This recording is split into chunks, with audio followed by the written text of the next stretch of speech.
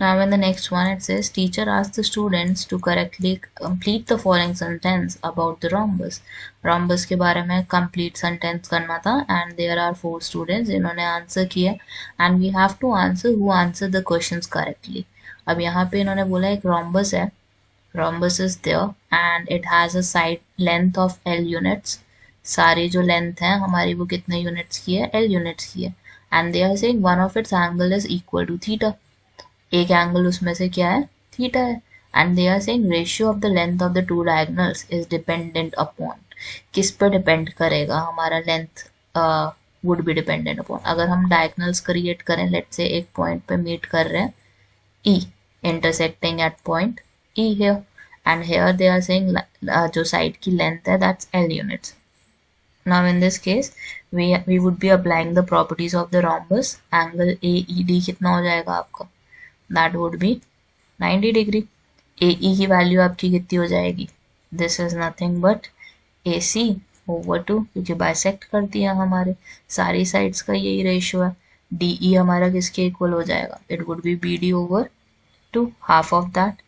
Angle EAD कितना हो जाएगा आपका, EAD is there. अगर थीटा पूरा है हमारा तो ये कितना हो जाएगा, this would become theta by 2 क्योंकि सारे angle they are saying theta है. ठीक है, अब ये कह रहे हैं रेशियो जो लेंथ होंगी डायगोनल्स होंगे हमारे वो किसके प्रोपोर्शनल होंगे, they would be proportional to और डिपेंडेंट ऑन.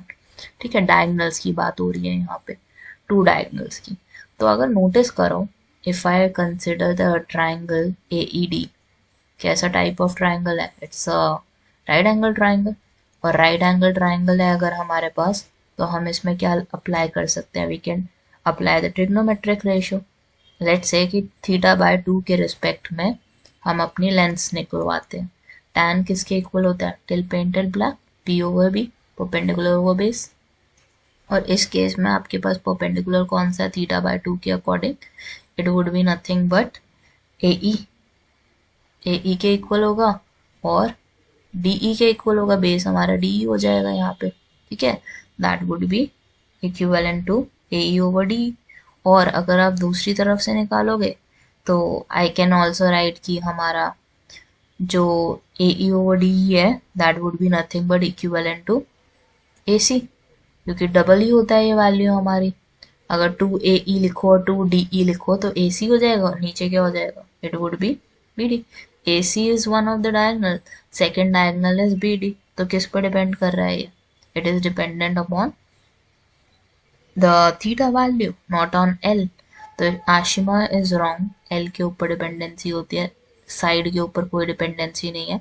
बिलाल कह रहा है only theta and I can see कि थीटा पे डिपेंड कर रही है, tan theta by 2 is there. Chris is wrong, Dulip is wrong क्योंकि उसने तो बोला है ना L पे डिपेंड करेगी ना थीटा पे डिपेंड करेगी. So only person who answered it correctly is Bilal क्योंकि उसने बोला कि थीटा पे डिपेंड करेगा हमारा रेशियो ऑफ द लेंथ्स.